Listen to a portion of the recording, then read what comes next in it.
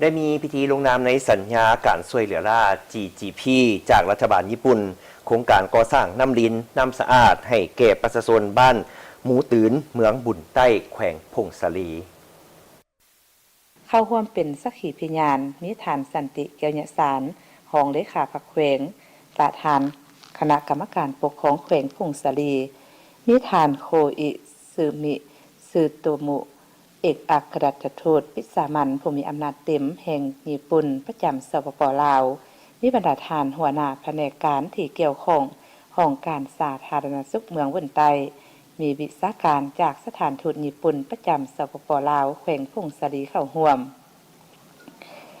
โครงการเสริมสร้างความมั่นคงของมนุษย์ขั้นพื้นฐาน GGP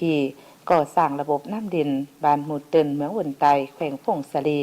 เพื่อประกอบส่วนเข้าในการปฏิบัติโครงการก่อสร้างระบบน้ำดินบ้านหมู่เตินเมืองเวินไตโดยแม่นสถานทูตญี่ปุ่นประจำสปป.ลาวเป็นผู้ให้ทุน $17,400 สหรัฐโดยต่างหน้าสถานทูตญี่ปุ่นประจำสปป.ลาวแม่นทานโคอิซึมิซึโตโมเอกอัครราชทูตวิสามัญผู้มีอำนาจเต็มแห่งญี่ปุ่นประจำสปป.ลาว